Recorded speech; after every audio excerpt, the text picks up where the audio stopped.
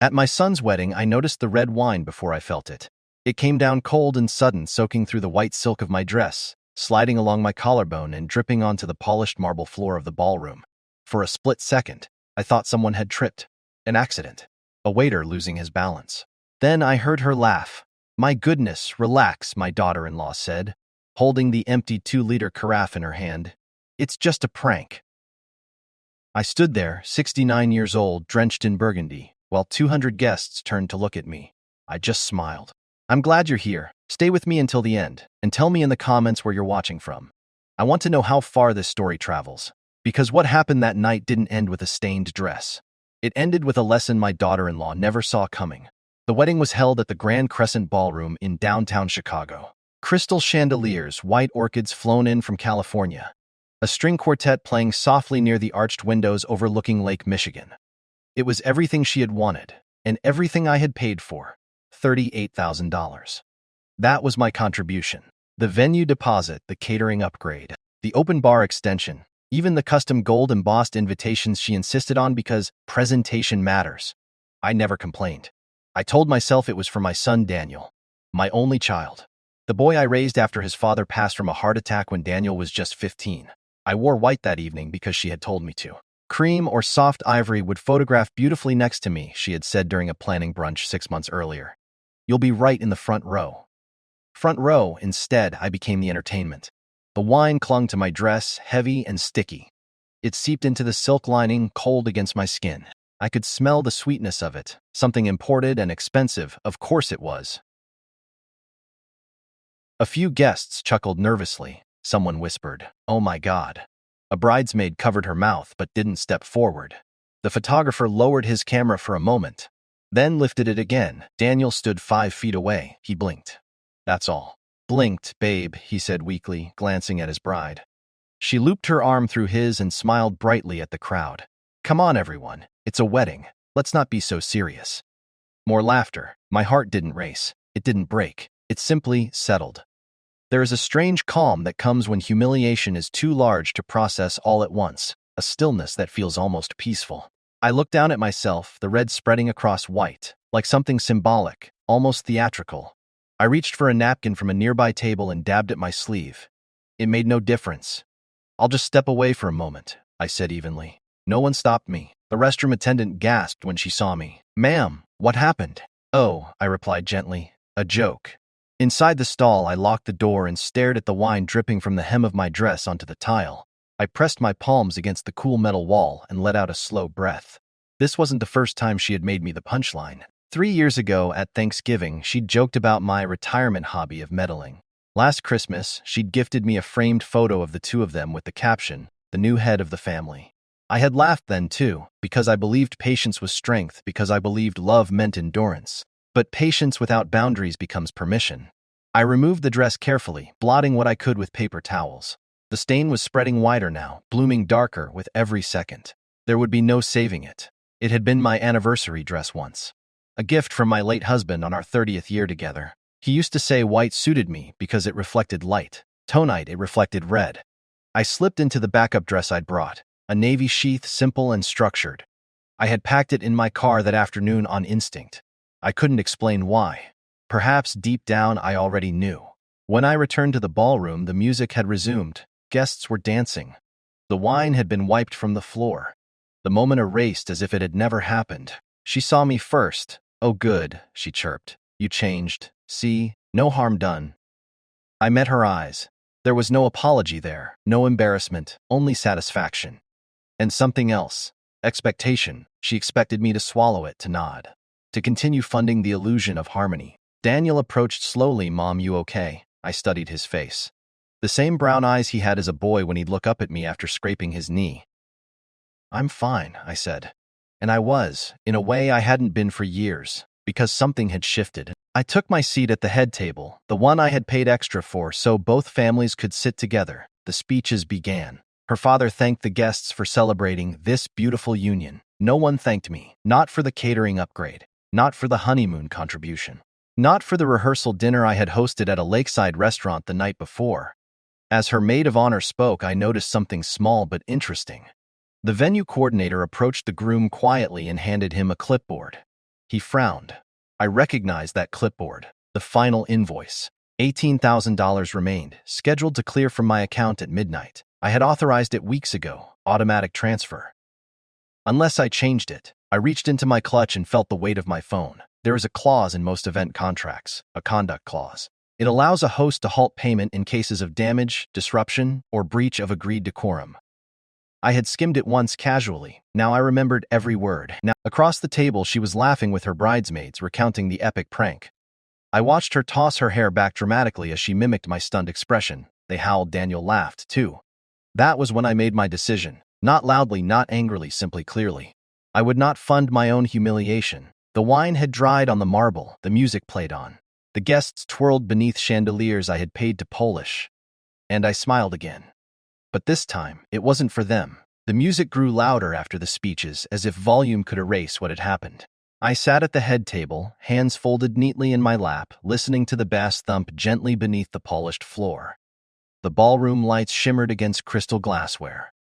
Laughter rose in waves. Champagne flutes clinked. Across from me, my daughter-in-law leaned into a circle of bridesmaids, reenacting the moment again. I swear, her face was priceless, she said, holding an invisible carafe in the air. I thought she was going to faint. They laughed. One of them glanced at me quickly, then looked away. I didn't lower my eyes. I didn't confront her. I simply observed. There's something about humiliation when you're older. It doesn't feel sharp and explosive. It feels heavy, settled, like a stone placed quietly in your chest. Daniel returned to his seat beside her, sliding an arm around her waist. He avoided looking at me for more than a second at a time. "Everything's fine, right, Mom?" he asked again, too casually. "Of course," I said. And I meant it. Fine doesn't always mean painless. Sometimes it means clear. Dinner was served. Filet mignon with herb butter, roasted asparagus, a truffle mashed potato I had specifically approved during the tasting because she said she didn't want the wedding to feel cheap. The scent of red wine still lingered faintly on my skin despite changing dresses.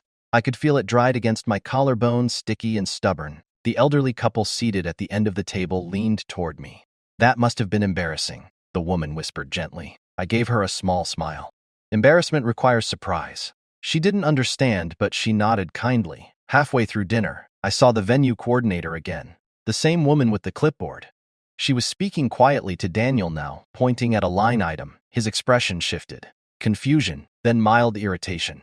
He leaned toward his bride. "Didn't Mom say she handled the final balance?" he murmured. She waved him off. "Relax. She always pays." Always, that word echoed louder than the music. Always paid, always hosted, always adjusted, always apologized first, always the bigger person. Across the room, the photographer gathered the family for formal portraits. I stood when called. "Mother of the groom," he announced cheerfully. "Let's get you next to the bride." I stepped into place beside her. She smelled faintly of gardenia and champagne.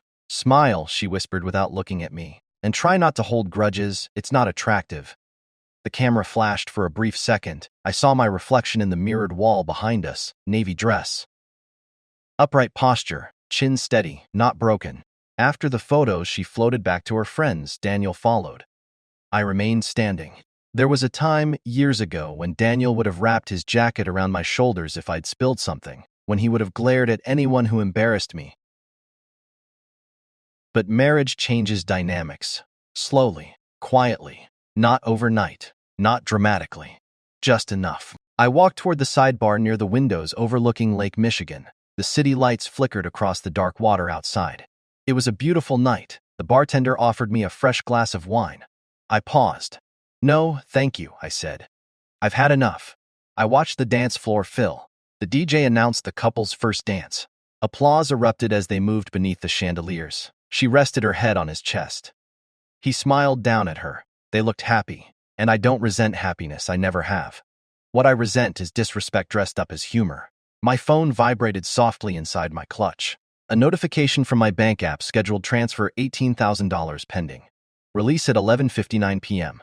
I opened the event contract saved in my email, scrolled calmly through the clauses. Host reserves the right to withhold final payment in cases of property damage, reputational harm, or misconduct directly associated with the event. Reputational harm. I closed my eyes for a moment and let the words settle. A prank is only funny when everyone laughs. I didn't. I thought about my husband. About how he would have handled something like this. He wasn't loud, he wasn't dramatic. But he never tolerated disrespect, especially toward family. He used to say, "Grace is not the same as surrender." For years, I confused the two. The DJ called for all mothers to join the dance floor. I stayed seated. No one noticed. And that, more than the wine, told me everything I needed to know. Daniel didn't come to fetch me. She didn't gesture. The song played without me. I watched from a distance as other mothers swayed beside their sons, laughing softly. My lap felt suddenly very light. When the song ended, applause filled the room again. The night rolled forward. Conversations resumed. Nothing dramatic happened. No shouting. No confrontation. Just clarity. I reopened my banking app. My finger hovered over the authorization button. Across the room. She caught my eye. She smiled. Confident, secure. Certain that I would always clean up whatever mess she created. I returned the smile. And for the first time that evening, I felt something stronger than humiliation. The DJ transitioned into faster music after the mother-son dance. Laughter rose again. Glasses refilled. The night kept moving as if nothing had shifted. But something had. I remained seated near the window, the skyline of Chicago glowing behind me like a quiet witness. My phone was still open in my hand. The bank screen hadn't changed. $18,000 pending. Across the room, my daughter-in-law, Alyssa, had gathered another small audience. She was animated now, one hand describing exaggerated movements in the air, and then it just poured everywhere, she said, laughing. I told her it was just wine. It's not like it was blood. Someone snorted, another voice chimed in. She looked so dramatic. Dramatic. I watched Daniel laugh at something one of the groomsmen said. He looked relaxed again. Comfortable, as if the earlier moment had already faded into harmless memory. That was when I realized something important. They didn't think they had done anything wrong. To them, I was overly sensitive if I felt hurt, old-fashioned if I expected respect, humorless if I didn't enjoy being the joke. I stood slowly and walked toward the hallway leading to the event offices. The carpet muffled my steps. No one stopped me. The venue coordinator, a woman in her early 40s named Marissa, was reviewing paperwork near the reception desk. "Mrs. Whitmore," she said politely when she saw me. "Everything going well?" I held her gaze. "I have a question about the conduct clause in the contract." She blinked, surprised, of course. "I'd like clarification on what constitutes reputational harm to the host." Her expression shifted, professional, careful. "Well," she said, lowering her voice slightly, "if an event includes behavior that publicly humiliates or disrespects the host, especially if it affects the event atmosphere or vendor operations, the host may dispute final payment pending review." Dispute. The word felt steady in my chest. "And the review process?" I asked calmly. "It can delay the final transfer while we document the incident." I nodded once. "I see," she hesitated. "Is there a concern?" I smiled faintly. "I believe there may be." I didn't elaborate. I didn't need to. I walked back toward the ballroom slowly, my heels quiet against the carpet. As I reached the entrance, I paused.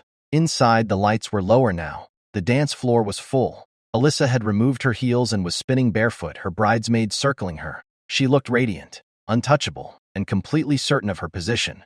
I thought back to the planning meetings over the past year, the way she had gently pushed me out of decisions. "Oh, that's outdated.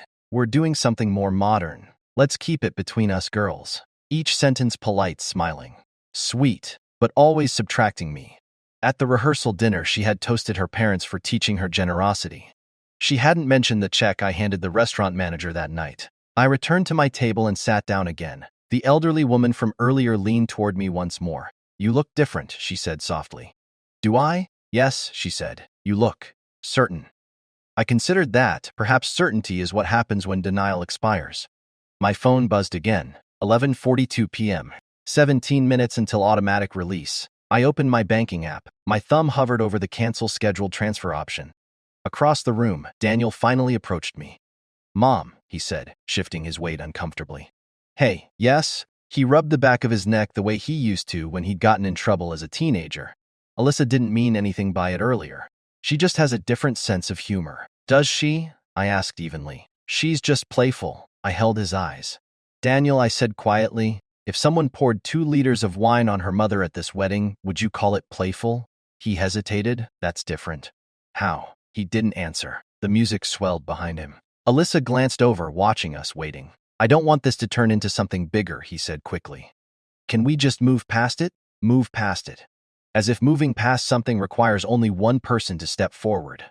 "I have moved past it," I replied. He exhaled, relieved. good. That's good. He kissed my cheek and returned to the dance floor. I watched him go. There's a particular loneliness in realizing your child has chosen comfort over conscience. It doesn't come with shouting. It comes quietly. Like a door closing in another room. 11:56 p.m. 4 minutes. I reopened the contract email and forwarded it to myself again just in case. Documentation matters. Then I tapped Cancel Scheduled Transfer. The screen asked for confirmation. Are you sure you want to cancel this payment? Yes. I pressed it. The status changed instantly. Transfer canceled. The relief wasn't explosive. It was controlled, deliberate. Across the ballroom, nothing changed. The DJ shouted for everyone to gather for the bouquet toss. Laughter filled the air again, but in the back office, a notification would appear. Outstanding balance, $18,000. And for the first time that evening, the power shifted, quietly, invisibly, and completely. I slipped my phone back into my clutch and stood. Not to make a scene, just to wait. I didn't have to wait long. It happened quietly at first. The kind of disruption most guests wouldn't notice. Marissa, the venue coordinator, reappeared near the DJ booth. She wasn't smiling anymore. She was scanning the room looking for someone. Daniel, she leaned toward him and said something I couldn't hear over the music. I saw his expression change almost immediately. Confusion first, then tension. He glanced toward Alyssa, then back at Marissa. She handed him the clipboard again, the same one from earlier, and pointed to a highlighted section. I stayed where I was, hands resting lightly against the back of my chair. The bouquet toss had just ended. Alyssa was laughing, adjusting her veil. She looked radiant and untouchable, until Daniel approached her. He bent down to speak in her ear. Whatever he said made her smile fade. What? I heard her mouth form. He handed her the clipboard. She frowned, shook her head, laughed once, sharp and dismissive. Then she looked around the room. Her eyes landed on me, and held.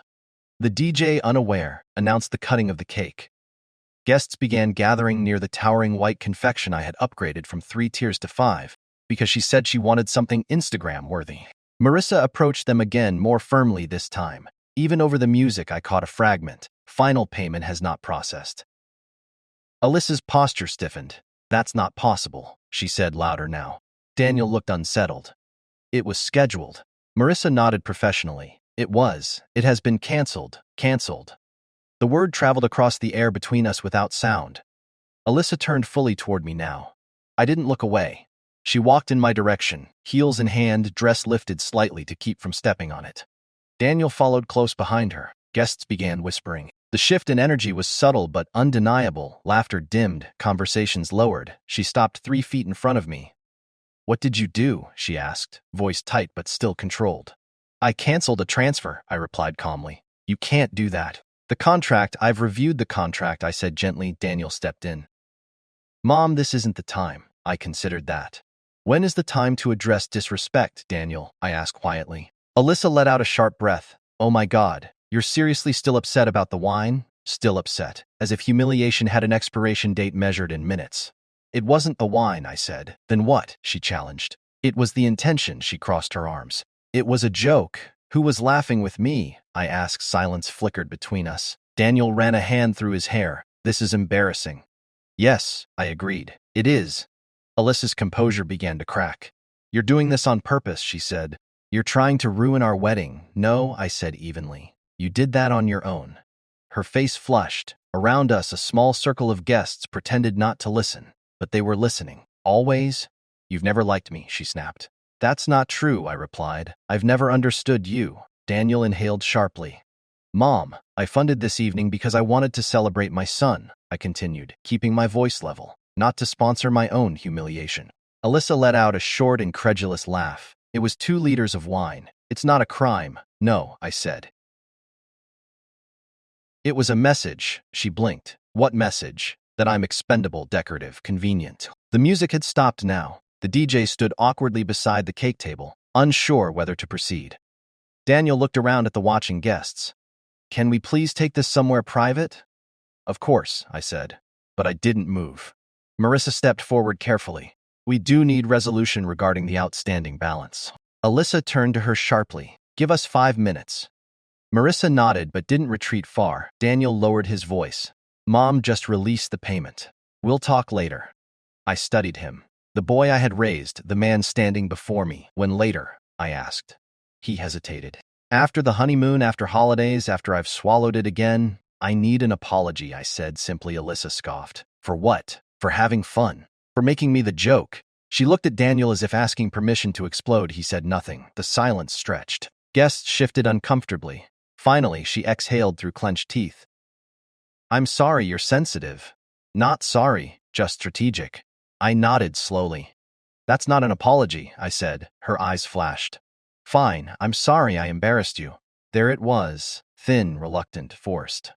I let the moment sit. Then I turned to Marissa. The payment will be delayed pending documentation review, I said clearly. As outlined in Clause 14. Daniel's jaw tightened, Alyssa's composure shattered. This is insane, she hissed. You're punishing us. No, I corrected softly. I'm protecting myself. And for the first time that night, I saw something in her eyes I hadn't seen before. Uncertainty. The chandelier still sparkled. The cake still waited to be cut. The guests still lingered in elegant attire, but the illusion had cracked. Not because I raised my voice, not because I made a scene, but because I stopped paying for one.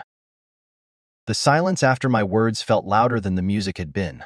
For a moment, no one moved. The cake stood untouched.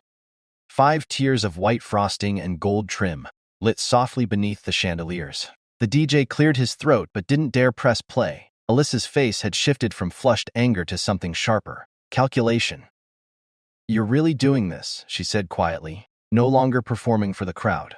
Over a joke. Daniel's eyes flicked between us like he was watching a tennis match he never wanted tickets to. I'm doing this, I replied evenly. Over a pattern. The word lingered. Pattern because this was not about 2 liters of wine. It was about 3 years of being diminished politely, gradually. Strategically, Marissa stood a respectful distance away, clipboard in hand, professional, neutral, waiting. Guests began pretending to be interested in their phones. Others whispered. A few slipped toward the bar. Embarrassment travels quickly in a room like that. Daniel stepped closer to me, lowering his voice. Mom, please, we can't afford this right now. There it was. Not this is wrong. Not she shouldn't have done that. We can't afford this. I looked at him carefully. How much did you contribute to tonight, Daniel? I asked softly. He stiffened. That's not fair. It's a question. He didn't answer because he knew. The venue deposit. The catering upgrade. The open bar extension. The custom lighting. The string quartet. All of it had come from me, not because I had to. Because I wanted my son's wedding to feel secure, beautiful, complete. Alyssa crossed her arms. You're trying to control us, she said. No, I said. I'm refusing to be controlled. She let out a humorless laugh. By canceling payment. By deciding what I will and will not tolerate. Daniel ran both hands over his face. This is spiraling, he muttered. It wasn't spiraling. It was settling. The truth has a way of slowing everything down. Marissa stepped forward gently. We do need direction, Mrs. Whitmore. The venue policy requires resolution before midnight to avoid escalation fees. Escalation fees. Alyssa's head snapped toward her. What fees? If the balance remains disputed, Marissa explained calmly, service staff may pause operations until financial authorization is secured. Pause operations, which meant no cake cutting. No final dances. No grand send-off. I hadn't asked for that. But contracts are contracts. Alyssa looked at Daniel, panic flickering behind her anger now. This is humiliating, she whispered. I tilted my head slightly. Yes, I said gently, it is. For the first time that night, her eyes softened, not with kindness, but with recognition. She was feeling a fraction of what I had felt standing in wine-soaked silk. Daniel turned back to me. What do you want? He asked quietly. It was the first honest question he had asked all evening. I held his gaze. I want acknowledgement, I said. Not sarcasm, not forced politeness, real acknowledgement. Alyssa inhaled sharply. You're making this about you. It became about me when you poured wine over me. Silence again. The guests were no longer pretending not to watch. The DJ stepped fully away from his booth. Daniel swallowed, Alyssa, he said carefully. Just say it. She stared at him. Then at me, her jaw tightened. For a long moment, I thought she might refuse entirely. But public pressure is a powerful thing. She stepped forward, lowering her voice just enough to appear sincere. I'm sorry, she said. I was trying to be funny. I didn't think about how it would make you feel. That was wrong. Not perfect, but closer. I studied her face. There was pride still there. Resistance, but also awareness. Thank you, I said quietly. Daniel exhaled as if someone had lifted weight from his shoulders. I turned to Marissa. The payment may proceed, I said. Marissa nodded and stepped aside to process it. Alyssa's shoulders dropped slightly. The crisis, at least financially, was dissolving, but something else remained. She leaned closer to me once Marissa walked away. You could have handled that privately, she murmured. I met her eyes, so could you. That landed. Daniel attempted a smile. Okay, good, we're good now. Are we? I didn't answer that question. The DJ sensing movement restarted the music. Applause broke out awkwardly, as if the guests were relieved a storm had passed. The cake cutting resumed. Cameras flashed, frosting smeared playfully across cheeks. The wedding continued. But something fundamental had shifted, not in the ballroom, in me. For years, I believed peace required silence. Tonight, I learned it requires boundaries. I took a seat again near the window. The skyline hadn't changed. The lake still reflected the city lights, but I no longer felt like furniture in the room. I felt present, visible, and no longer willing to fund my own erasure. Alyssa laughed again across the dance floor, but it sounded different now. Quieter, measured. Daniel glanced at me more than once. Not with resentment, with caution. Respect doesn't arrive all at once. Sometimes it begins the moment you withdraw access to what was taken for granted. The night would end soon. The sparklers would be lit. The limousine would pull up outside, but I understood something clearly now. 2 liters of wine had exposed more than a dress. It revealed who believed I would always absorb the cost, and who had just learned that I wouldn't.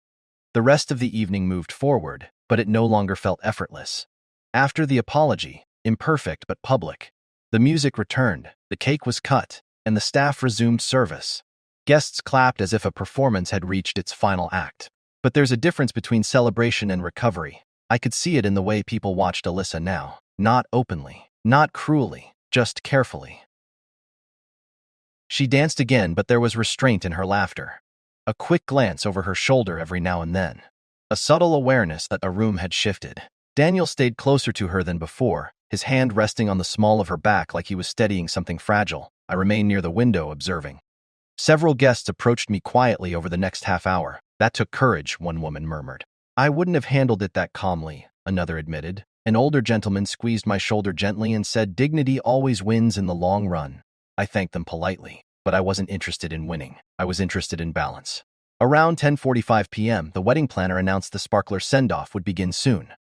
Guests were invited to gather outside near the entrance canopy. Alyssa disappeared briefly to touch up her makeup. Daniel followed. I stayed seated for a moment longer. My phone buzzed again, this time confirming the transfer had been reinstated and completed. The balance cleared, no penalties, no fees. Financially, the evening was settled. Emotionally, not quite. I stood slowly and walked toward the restroom to freshen up. In the mirror, I studied my reflection. The navy dress was smooth and unwrinkled. My hair remained pinned neatly in place. There were faint lines at the corners of my eyes, not from tears, but from years. I touched my collarbone where the wine had first hit hours earlier. The skin felt clean now, but I remembered the cold. I leaned slightly closer to the mirror. You handled that, I whispered to myself. Not perfectly, but firmly. When I stepped back into the hallway, I nearly collided with Daniel. Mom, he said quickly. Can we talk for a minute? His tone was different now, less defensive, more uncertain. Of course, I said. We moved a few feet away from the ballroom entrance near a decorative column lined with white orchids. He exhaled slowly. I didn't see it the way you did, he admitted. At first. I know, I replied. I thought it was harmless, and now he hesitated. I think maybe she tries too hard to be funny sometimes. That was a safe answer, but not the full one. Daniel, I said gently, marriage doesn't mean ignoring disrespect. It means addressing it together. He looked down at the floor. I don't want to start our life with tension, he said. Then don't, I replied. Set standards now. He looked at me then, really looked at me. You've felt like this before, haven't you? He asked quietly. I didn't answer immediately. Yes, I said finally. He swallowed. I didn't realize. I know, that was the hardest part. Not the wine, not the laughter, being unseen. Outside, the wedding planner began organizing guests into 2 lines for the sparkler exit. Excited chatter floated in from the open doors. Daniel shifted on his feet. She was embarrassed, he said, about the payment. So was I replied softly. He nodded once. I'll talk to her, he said. Talk with her, I corrected. He gave a faint smile. We walked back toward the entrance together. Alyssa stood near the doors now, veil adjusted, bouquet in hand. She glanced at us approaching. There was caution in her expression. Not hostility, caution. Guests lit their sparklers one by one, small flames flickering against the cool Chicago night. The string quartet had been replaced with upbeat music echoing through outdoor speakers. As Daniel took his place beside his bride, he reached for her hand, and then, unexpectedly, he looked back at me. "Mom," he called softly, "will you stand at the front?" Alyssa's eyes widened slightly. The front position is symbolic. It places you closest to the couple as they walk through. For a split second, I wondered if she would object. She didn't. I stepped forward quietly and took my place at the edge of the sparkler path. The guests raised their arms. The flames formed a glowing tunnel. Daniel and Alyssa began walking toward the waiting limousine. As they passed me, Daniel squeezed my hand. Alyssa hesitated, just slightly, then leaned in. "I shouldn't have done that," she said under her breath. "It wasn't loud, it wasn't for the crowd, it was just for me." I held her gaze. "Then don't do it again," I said calmly. She nodded once. They continued forward, laughter and cheers rising around them as they disappeared into the night. The limousine door closed. The driver pulled away. Sparklers burned out one by one, smoke curling into the cool air. Guests began dispersing. I stood there for a moment longer, watching the empty street. 2 liters of wine, $38,000, one boundary drawn. Sometimes dignity doesn't require revenge. It requires memory, and the willingness to change the pattern before it becomes permanent. The sparklers faded. The limousine disappeared into downtown traffic. Guests drifted toward their cars in small, tired clusters. And just like that, the wedding was over. I stayed a few minutes longer beneath the canopy, letting the cool Chicago night settle around me. The air smelled faintly of smoke and champagne. Staff members began stacking chairs and clearing away empty glasses. Marissa approached once more, clipboard tucked under her arm. "Everything has processed smoothly, Mrs. Whitmore," she said professionally. "Thank you for resolving it." "Thank you for handling it discreetly," I replied. She gave a small nod. "You handled it well." That word again, handled. As if the evening had been something fragile that required careful grip, perhaps it was. I walked slowly back inside to retrieve my wrap. The ballroom looked different now, less magical, more mechanical. Half the lights were off, floral arrangements were being dismantled. The towering cake was reduced to uneven slices in white boxes. Events always look smaller once the crowd leaves. I spotted Alyssa's parents near the entrance, speaking quietly with a group of relatives.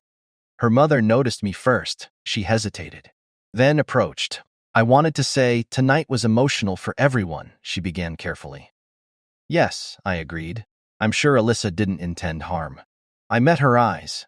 "Intent does not erase impact," I said calmly. She didn't argue. Instead, she lowered her voice. "She has a strong personality." "So do I," I replied gently. That ended the conversation.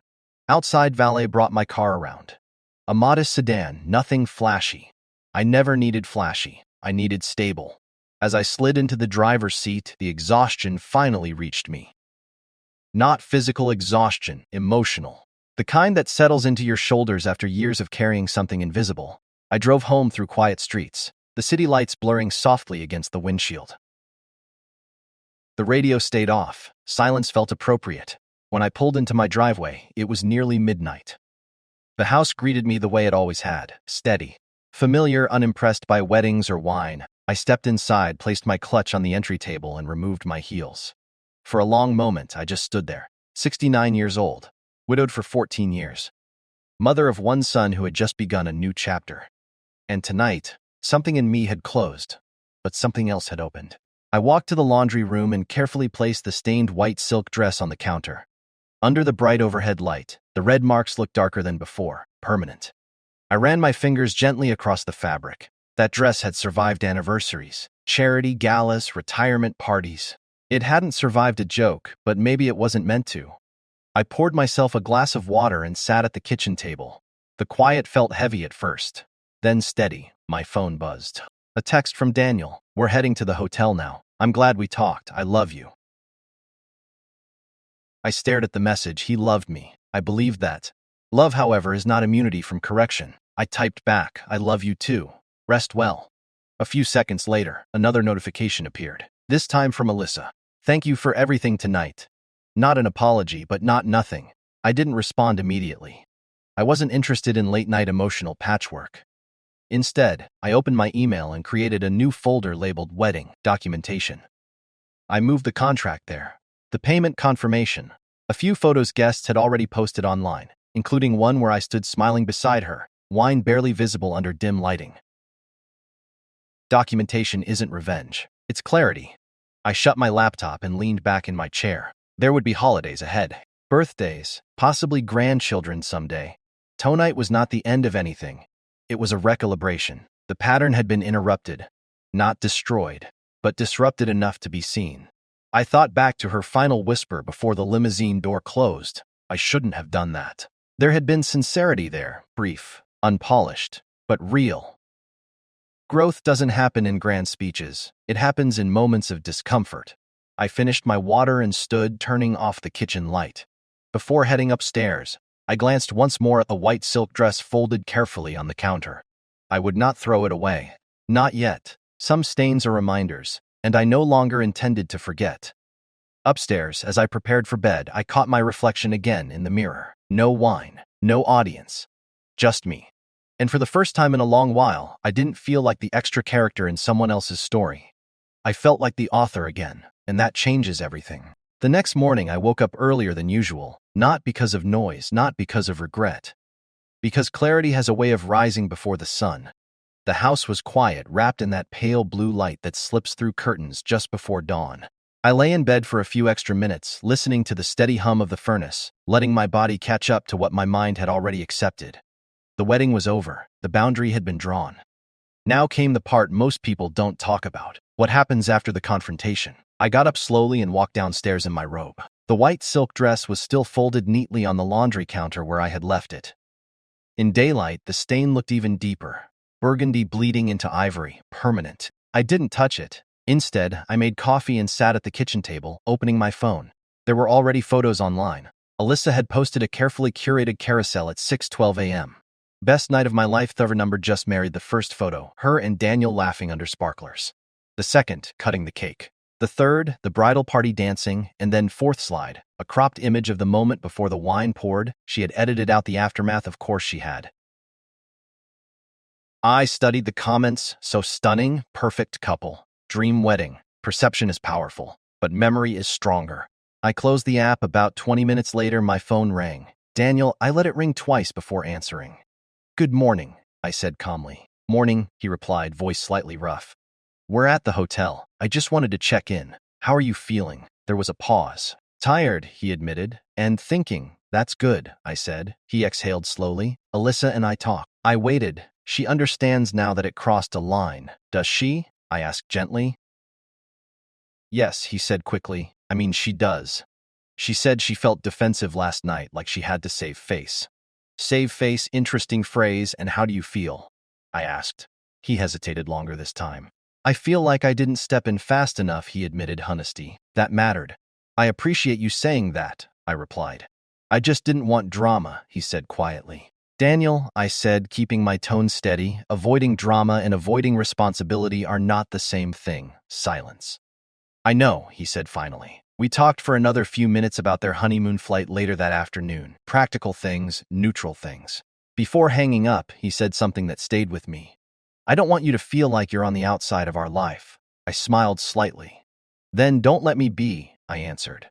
After the call ended, I felt something settle. Not forgiveness, not tension, alignment. Around 9:30 a.m., another message arrived, this time from Alyssa. Would you be open to lunch next week? Just us. I read it twice. There was no emoji, no defensive tone. Just a question. This was new territory. Last night had forced something neither of us could ignore anymore. The dynamic had shifted.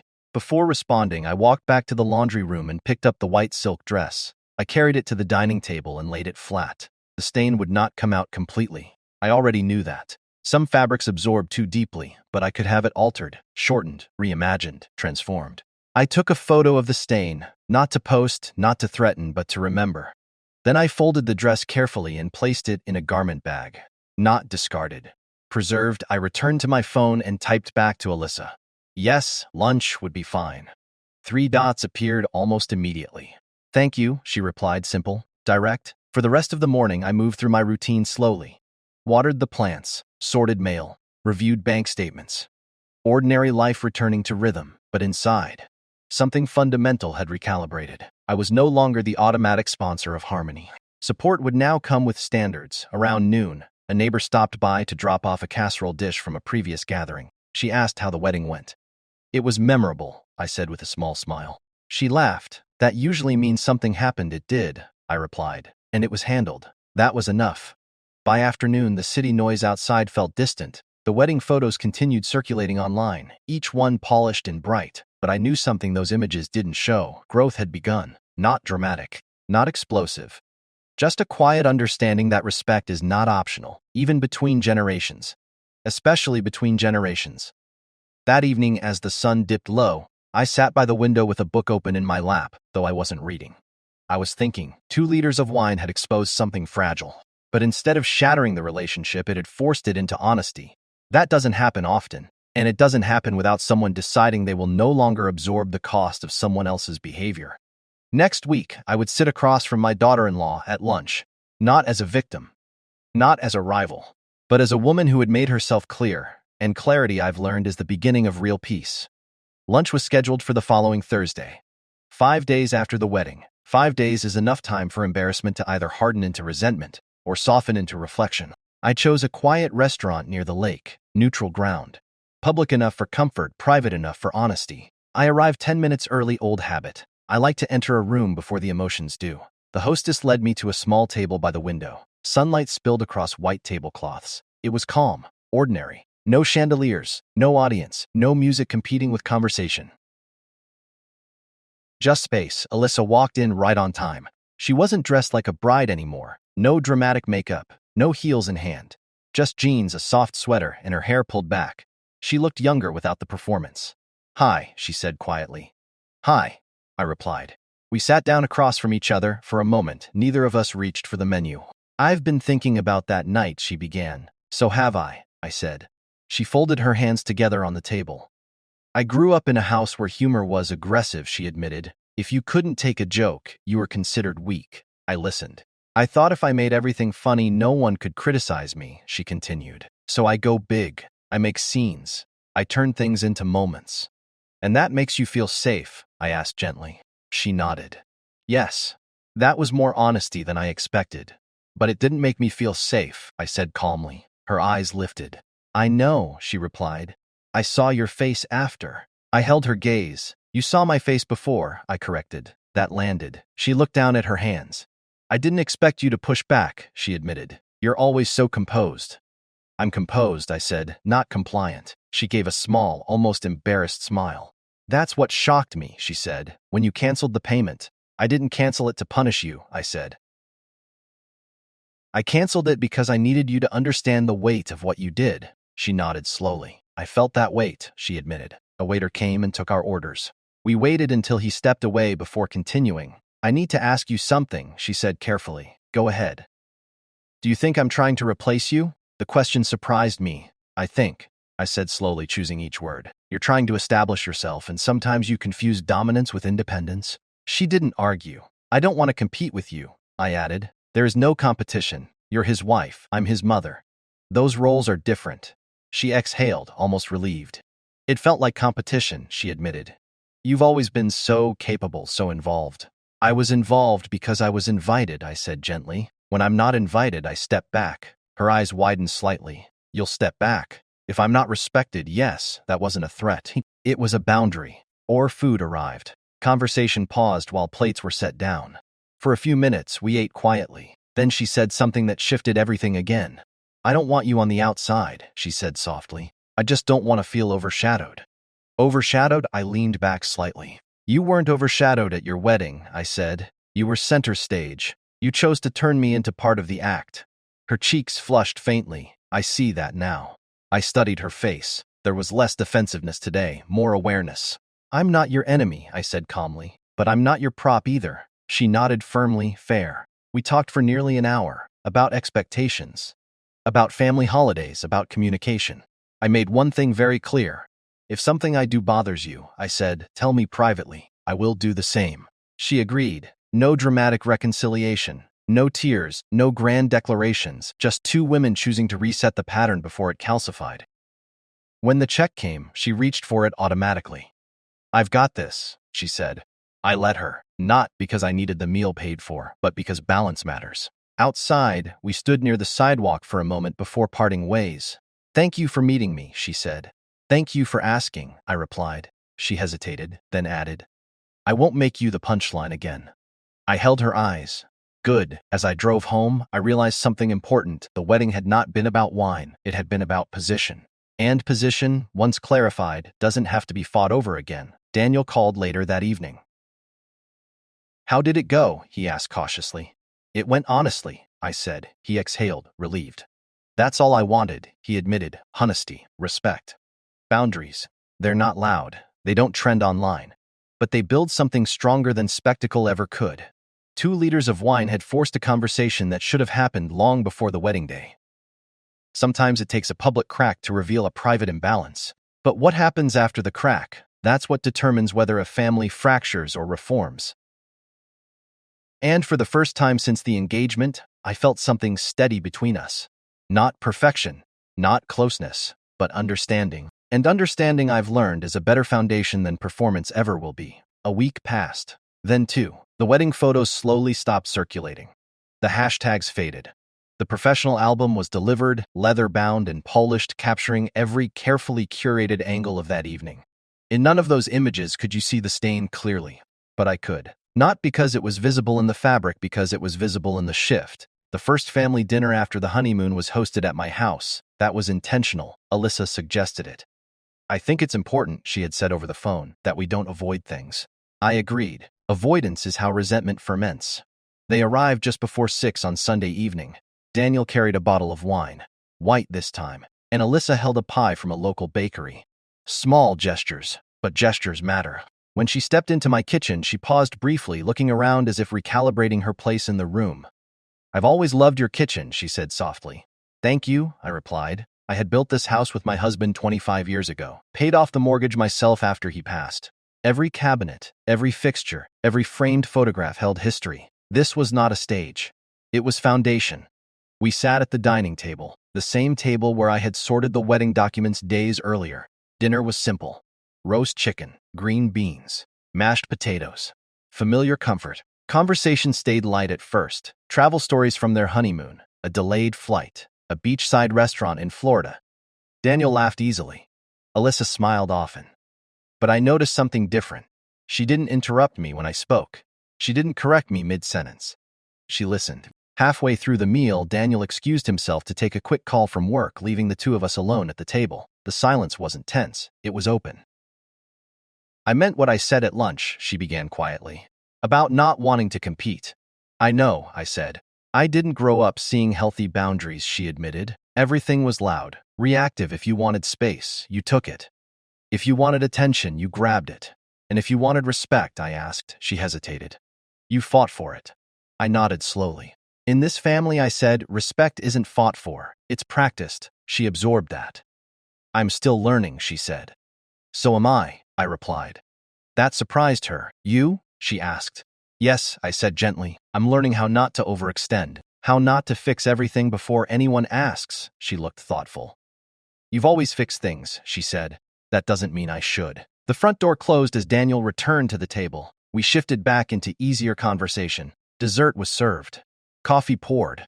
Before they left, Alyssa lingered near the entryway. "I wanted to ask you something," she said carefully. "Yes? Would you mind if we hosted Thanksgiving this year?" The question wasn't confrontational, it was collaborative. I considered it. "For many years, Thanksgiving has been here," I said. "But traditions can evolve." She nodded, waiting. "I would be happy to attend as a guest," I continued, "if we plan it together." Her shoulders relaxed. "Together," she agreed. Daniel smiled, clearly relieved. After they left, I stood by the window and watched their car disappear down the street. The house felt quiet again, but not lonely. The following morning, I received a small package in the mail. No return address needed. I recognized the handwriting. Inside was a neatly folded garment bag, the white silk dress dry cleaned. Attached to it was a note. "I know it can't be fully restored, but I didn't want the stain to be the last chapter of that dress. A." I sat at the kitchen table and held the fabric in my hands. The stain was lighter now. Not invisible, but softened, altered like the relationship. Later that afternoon, Daniel called. "She insisted on sending that," he said. "I'm glad she did," I replied. There was a pause. "Thank you for not giving up on us," he said quietly. "I thought about that. Boundaries aren't abandonment, they are clarity." "I didn't give up," I said. "I adjusted."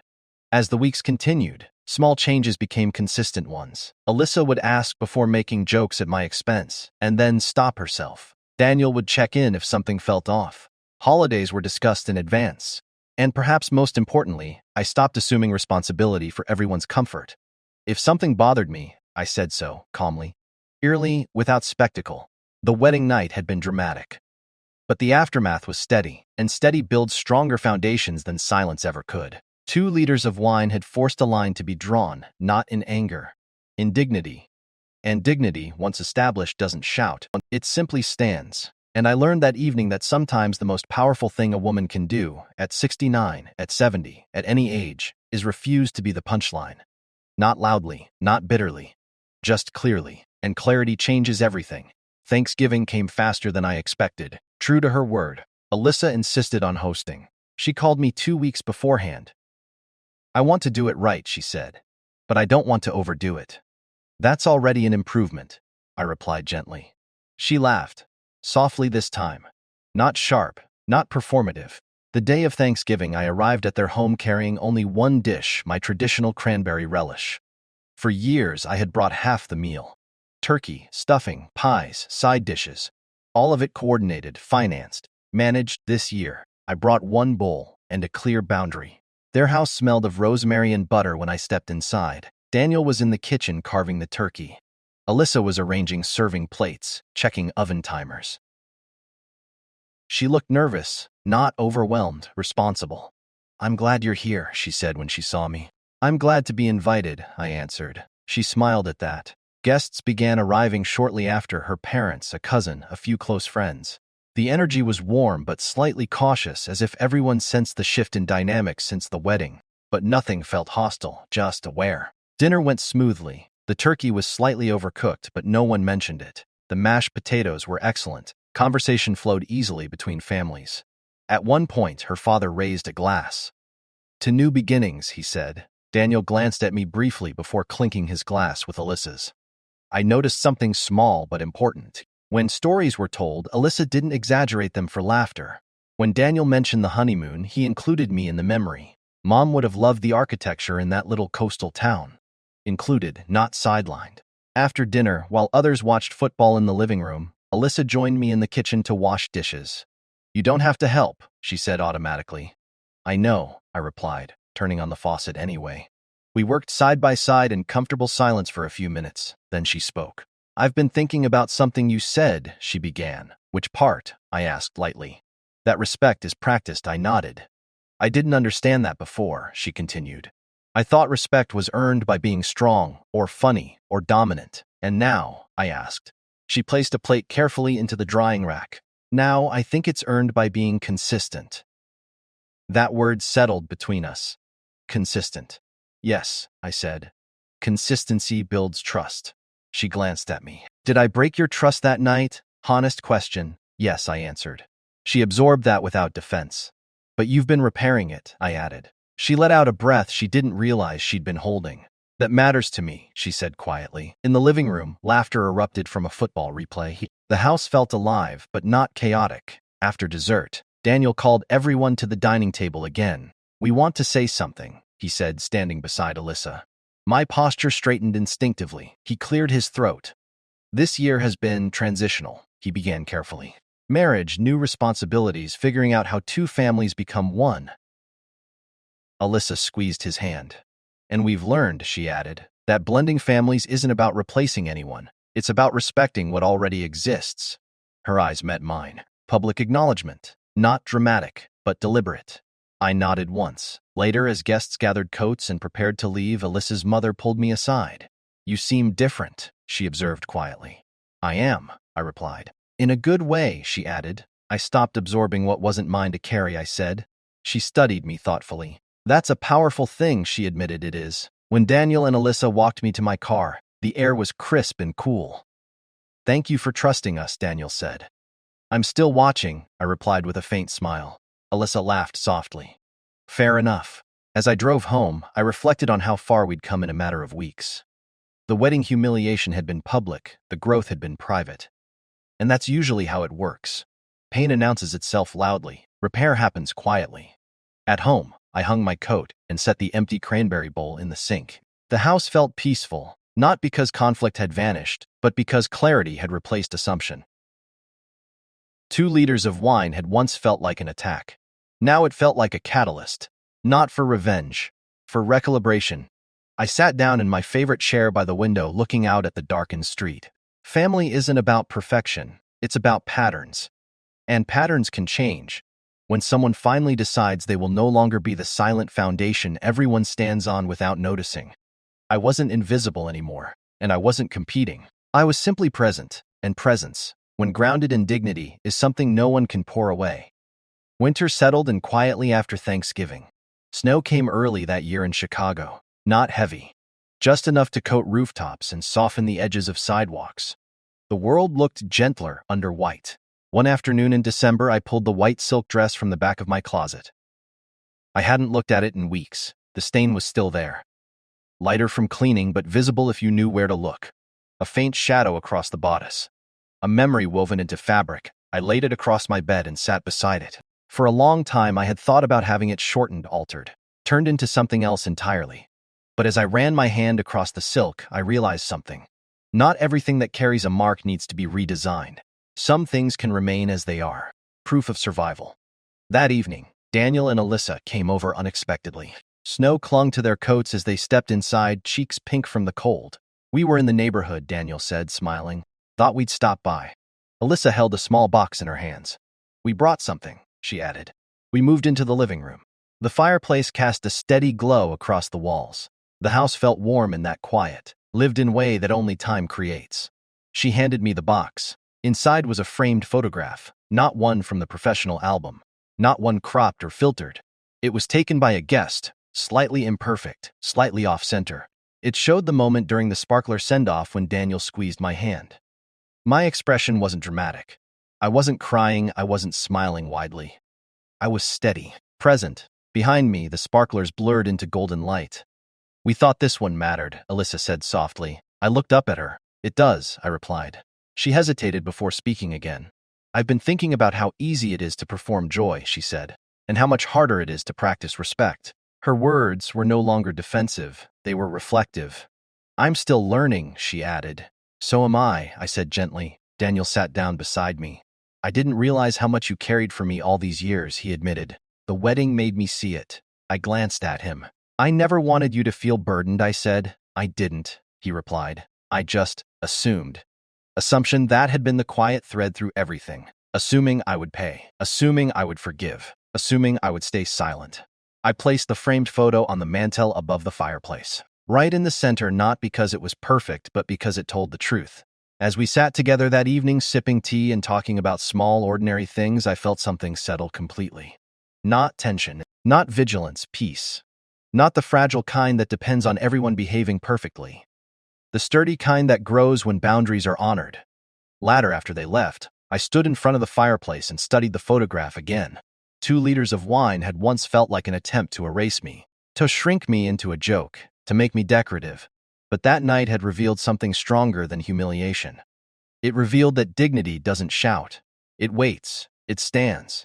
It draws a line quietly and refuses to step back. The wedding ballroom had glittered under chandeliers. Guests had laughed, cameras had flashed, but the real turning point wasn't public, it was private. It was the moment I chose not to absorb what wasn't mine. The moment I said calmly, "I don't fund humiliation." The moment I remembered that grace is not surrender. Now, months later, the stain on the dress remains faint but visible. And I'm glad it does. Because it reminds me that respect isn't guaranteed by age, by sacrifice, or by love alone. It's maintained by clarity. If you've ever stood in a room where people laughed and you felt small, if you've ever paid the price for someone else's immaturity, if you've ever smiled through something that hurt, let me tell you this: you don't have to shout to be heard. You don't have to retaliate to be powerful. Sometimes the strongest response is simply refusing to continue the pattern. 2 liters of wine did not wash away my dignity, it revealed it. And that, in the end, was the most unexpected gift of all. If this story meant something to you, share where you're watching from. Because no matter your age, no matter your role, mother, mother-in-law, grandmother, Your presence is not a punchline, it's the foundation. And foundations, when respected, hold everything together.